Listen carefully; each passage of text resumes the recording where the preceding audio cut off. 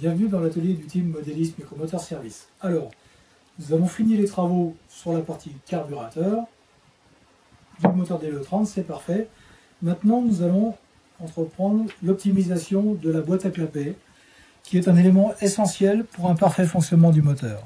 Alors, la boîte à clapet, il y a le support de la boîte à clapet, un joint intermédiaire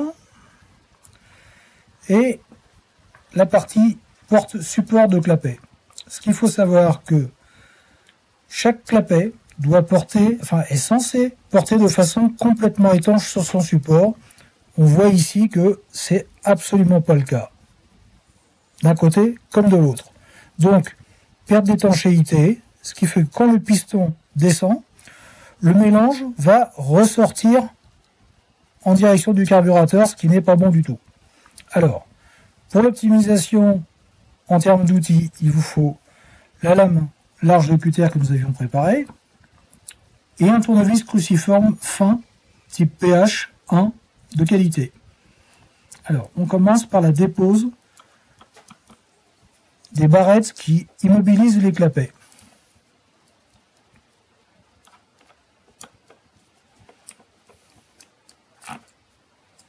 Voilà. Attention, les barrettes sont embouties, ont une face qui est bien lisse et une face qui est extrêmement coupante. Il faudra faire bien attention au sens de remontage, la partie bien lisse au contact avec les clapets, sinon nous allons les cisailler.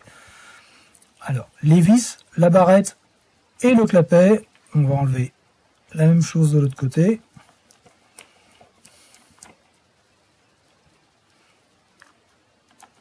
Alors, pour tous ceux qui ont bricolé les mobylettes dans leur jeunesse, tous ceux qui ont à peu près mon âge, les boîtes à clapet, à mon avis, ils se rappellent ce que c'est. Mais pour les jeunes générations, les boîtes à clapet, c'est encore un grand mystère. Voilà. Alors, en déposant les clapets, qui ont un sens, la face légèrement bombée se met sur le dessus. Donc on conserve bien le sens de montage. Quelquefois, ça force un petit peu, parce que les clapets ont été montés un petit peu en force à l'usine. Et les vis ont créé des boursouflures de plastique, ici. Donc, première étape, on va araser les boursouflures de plastique avec la lame de cutter neuve. Voilà. On passe un petit coup comme ça, pour enlever les bavures de plastique. Pareil, de l'autre côté, on fait sauter les boursouflures qui brident les clapets. Voilà. Voilà. Maintenant, il va falloir optimiser, de la même façon que pour le carburateur, optimiser les faces d'appui des clapets pour avoir une surface de contact parfaitement lisse, parfaitement plane. Donc, on reprend notre cale rectifiée, du papier abrasif grade 1000, on veut faire quelque chose de bien fin, bien lisse. La petite goutte d'huile qui va bien.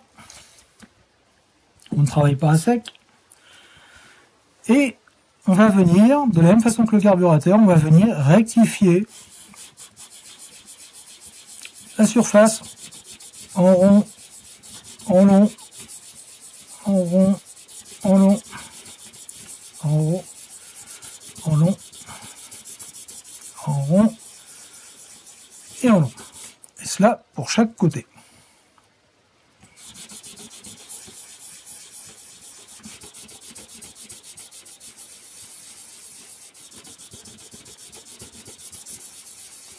Attention à décaler légèrement votre papier sur la cale.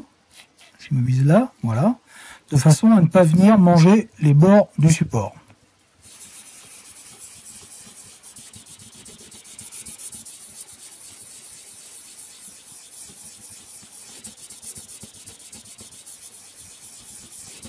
Et voilà. Là, si on a bien travaillé, on obtient une surface parfaitement plate et parfaitement lisse. Voilà. Voilà. Merci James. Alors, il y a une autre subtilité de remontage. Là, mes portées sont parfaites. Mon clapet va porter parfaitement sur le support.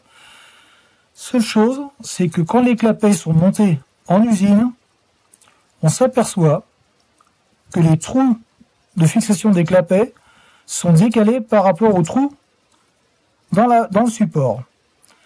Donc avec la fraise diamantée, montée sur la Dremel, on va élargir un petit peu les trous de façon à ce que les clapets ne soient plus vissés en contrainte.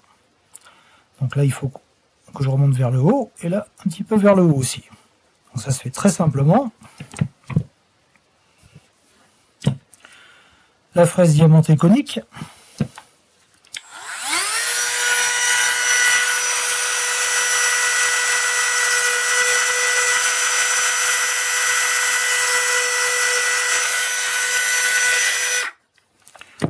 Ne vous inquiétez pas si les trous sont un petit peu plus grands que sur le support, parce qu'il faut que le clapet se monte sans contrainte. On refait un positionnement, encore une petite correction à faire vers le haut pour que le clapet se monte sans aucune contrainte.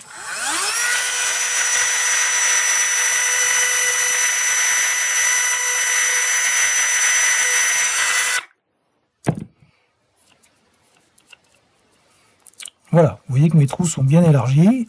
Et maintenant, quand je les mets en place, mes trous de fixation sont bien visibles au travers des trous réalisés dans les clapets. Quand je vais mettre ma barrette, mon clapet se remontera sans contrainte et aura une pleine efficacité.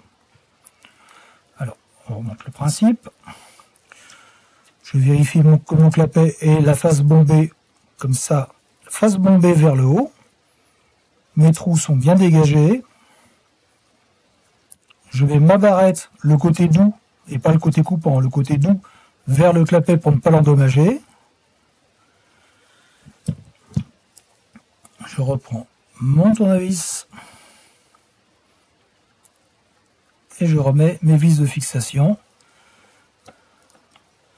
Un serrage modéré suffit. Il ne faut pas un serrage fort, sinon nous allons recréer des boursouflures dans le plastique. C'est pas le but.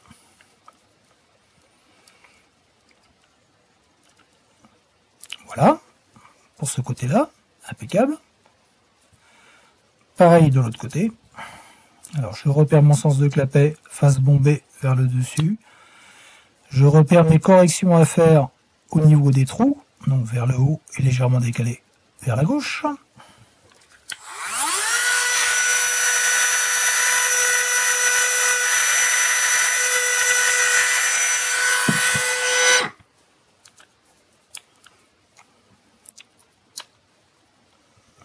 Voilà, mes trous sont parfaitement dégagés. Il n'y a plus de surface en contact avec les bords des trous des clapets. Là, je peux remettre ma barrette.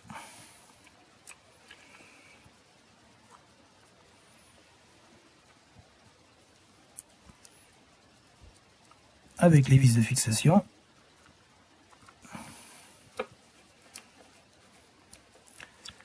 Voilà, faut pas serrer trop fort.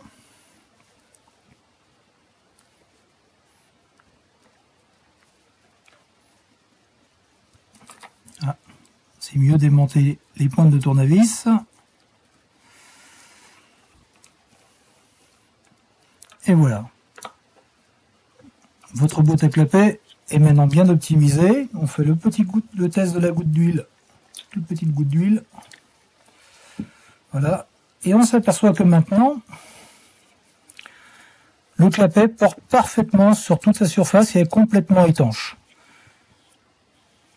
Si je simule le passage, quand je souffle, c'est passant, l'air passe. Si j'essaie d'aspirer, aucun passage d'air en aspiration. La boîte à clapet a maintenant une efficacité parfaite.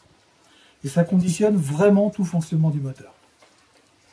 Il ne reste plus qu'à mettre le joint d'étanchéité, le support et ma boîte à clapet est maintenant prête.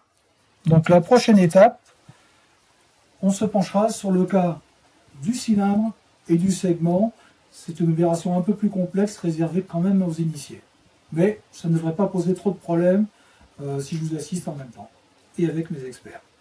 Voilà, c'est tout pour ce soir. À la prochaine. N'oubliez pas le petit pouce de